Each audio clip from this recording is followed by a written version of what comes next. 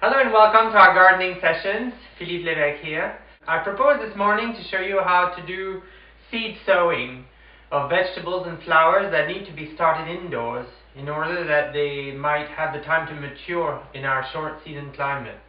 So we're going to start them in the house, and in a couple of months time we'll put them out in the garden for good for the summer. Okay. These plants include solanaceous, so the pepper family, peppers, tomatoes, hot peppers, eggplants, also celeriac, some herbs such as basil can be started indoors, although they could also be sown directly in the ground. I've got parsley as well, leeks and onions and shallots as well. Okay. Later on we can start cabbages and squashes, but that's a little bit later in the spring. Okay. So what we're going to need for our planting is first of all the soil itself. Usually one should buy soil in the commerce because garden soil is not suitable for starting seedlings. It tends to have weeds and pathogens that can affect our plants negatively, but also it's very dense and compacts too much when put in containers. So the soil that we normally will find in the commerce, and the one that's probably best suited in our area, is based on peat moss, okay? Which is basically a type of very fine moss that grows locally here that is dried and crushed and turned into, it's not really soil, it's called soilless mixture, but or potting mixture, okay? And it can come by itself. Make sure you don't buy peat moss, but you buy sowing mix or growing mix. Sowing mix is a little bit finer than growing mix, but both are really quite suitable for starting seedlings. Okay, and the reason you don't want to buy what the actual peat moss is that it's somewhat too acid. So if you buy the ready-made mixture, the manufacturer will have added some products to make it neutral, because otherwise peat moss is too acid by itself. Also, often you will see in the mixture they will add a thing called perlite, which is these white little balls here, which when you touch them between your fingers you can crush them. It's not styrofoam. People think it's expanded styrofoam, but it's not. It's a rock that's been heated at a very high temperature, and in doing so it makes it porous, which helps our soil mix to be more draining, and also it helps retain some moisture because it has porosity, which absorbs some water. The other product you might see in soil mix, although less frequently, is another rock that has been expanded. It's mica, under the name vermiculite. Okay? That's also quite good for drainage and retaining moisture. That's pretty much the same as perlite, although it retains moisture a little bit more. Okay, so that's for the soil. Usually when it comes in a bag it'll be sterilized. If you have a bag that someone gives you and it's been sitting for a long while, it might have developed some pathogens, some diseases in it. So it's not a bad idea to pour boiling water over it to sterilize it again. Let it cool obviously before you use it. Okay. I sometimes do that because some seedlings, not all, but some seedlings have a tendency to do what's called damping off, which means that your seedling will be affected by a mushroom, by a fungus that attacks the base where the root meets the actual stem, and it kills over and it kills the seedling, and then you'll have to sow again, okay, if that happens. And basil is one that's actually quite prone to this. A few plants like tomatoes never get affected, or very, very little, but some others tend to be more affected. Very fine seedlings, I've heard, often get damping off. If that happens, then use another batch of soil, or as I said, just pour boiling water over the soil, let it cool, and then you can use it. Okay. The other thing you'll need are labels and pots. You can buy them in the commerce. You can buy plastic pots, you can buy terracotta pots, although I don't really recommend terracotta pots because they're a little too draining. They dry very, very fast, and when you sow seedlings you want the soil to remain moist at all times. Okay, so a plastic pot is probably better. You can buy them, but really in this era of throwing food containers galore, I think we can just reuse yogurt pots and various pots. I think this was bocconcini cheese in it. Just the only thing you have to remember if you are using recycled pots is to make holes at the bottom with a nail or any sharp object. And if the bottom is very thick and you're struggling to push your nail through, just heat it up a bit on the stove top and then it'll push through really easily. It'll melt the plastic as you go through it. Okay? Labels are the same thing. These are labels that are nursery labels that are cut into smaller pieces and reused. So I have a business, but you don't really need to buy plastic labels. Just use a container of Javex and make small labels with it. Cut them with scissors, or you can use, a friend of mine uses blinds, Roman blinds, really good, popsicle sticks, anything really that you can put in the pot for identifying whatever you're sowing. Okay? And then of course you need your seeds. Again, you just buy them in the shop.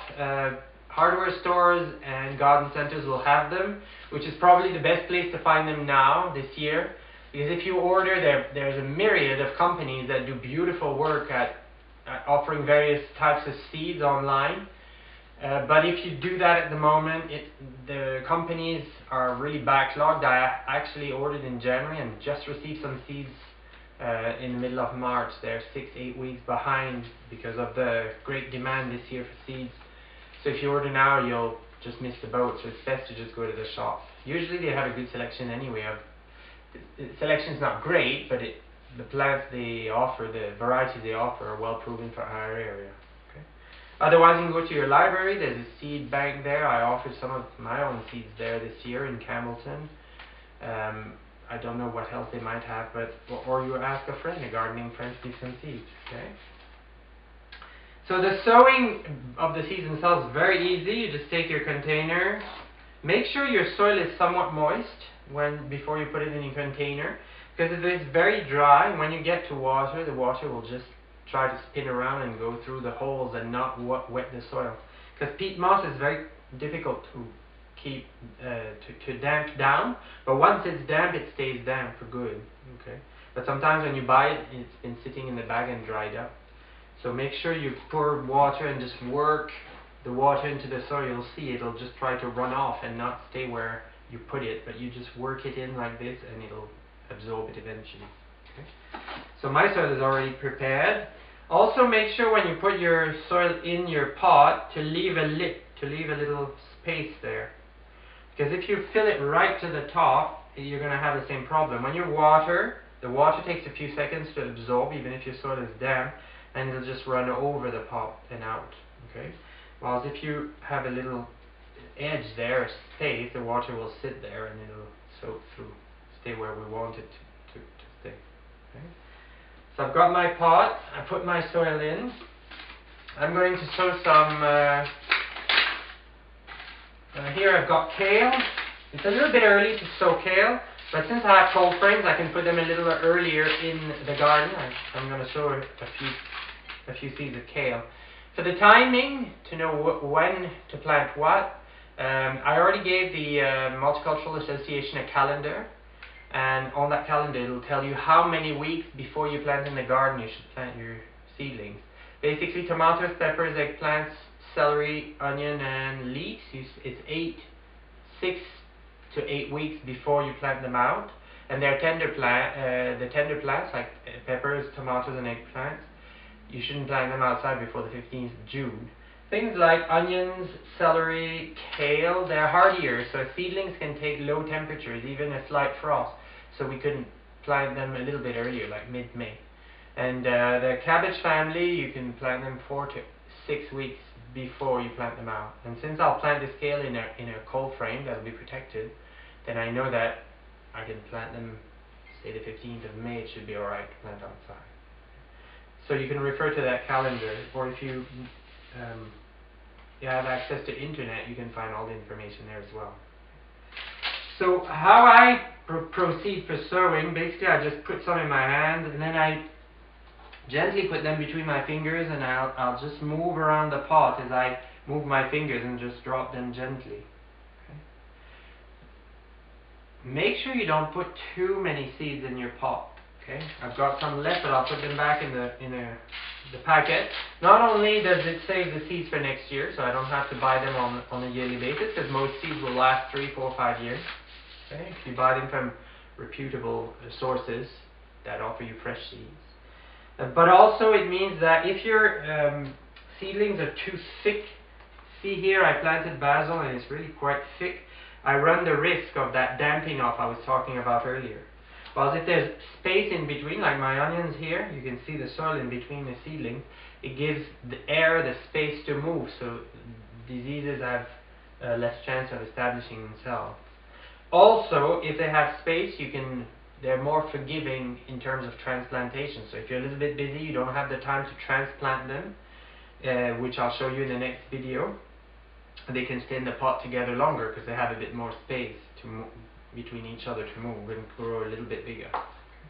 So I've sowed my seeds. Then you want to cover them a little bit with soil, not too much. Essentially the rule of thumb is you put as much soil on top as the size of the seed itself. Okay. Kale is quite a big seed, so I put quite a bit of soil. But if you were to plant something like celery, the seed is very fine, it's like powder. You wouldn't even put any soil at all. You would just tamp down just gently with your hands the soil so that the seed adhere to the actual surface of the soil. Then you'll want to water, so you can just use tap water, it's perfectly fine. It doesn't have to be hot, just room temperature is okay, so long as it feels comfortable on your hand. And then you'll just water gently, okay? You don't want lots and lots of water. All you want is the surface level to be damp. You don't want it to be completely sodden. Seeds will germinate in sodden soil, but then again they run the risk of getting diseases and the roots risk rotting, okay? So you'll just water a little bit and wait. It doesn't matter if this water comes out through the bottom holes a little bit, but you shouldn't soak it through too much, okay? Then you have the option of just leaving that. You can put a film on top, you can put it in a plastic bag if you like, or you can use a mini greenhouse. There are some specially made ones.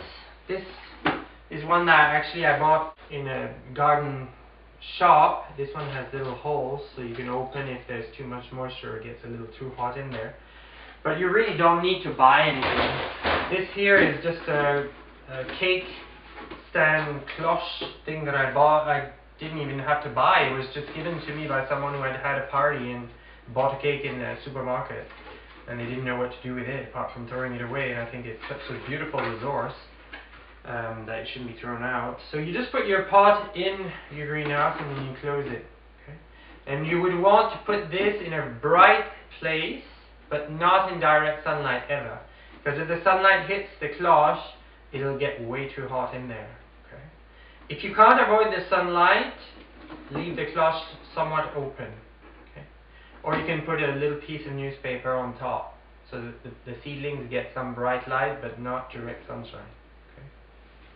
Ideally, like a north-facing window would be great until they germinate. And once they germinate, and the time for germination will depend on the plant itself. Kale only takes 4 days, it's germinated. So do tomatoes and some other plants. It's very, very fast at germinating. Some other things, they take longer. Peppers, eggplants, they take 2 weeks. Especially if the temperature is a little bit cool, they take longer. Okay? And for temperature at which you should keep them, it depends entirely on the species and on the plant itself. Cabbage family, they don't need much heat at all. Herbs, either onions, shallots, herbs, they can germinate easily at just a room temperature. Eggplants, peppers, tomatoes, to a certain extent, they prefer hotter temperatures. They'll germinate faster and better if it's 24, 25, 26. So you can put them near a radiator, but not right on top of it. Once they're germinated, you have to open the cloche. You can put the cloche back at night, keep the warmth in, but during the day you really have to open it up. And that's about it. Good luck with your seedlings.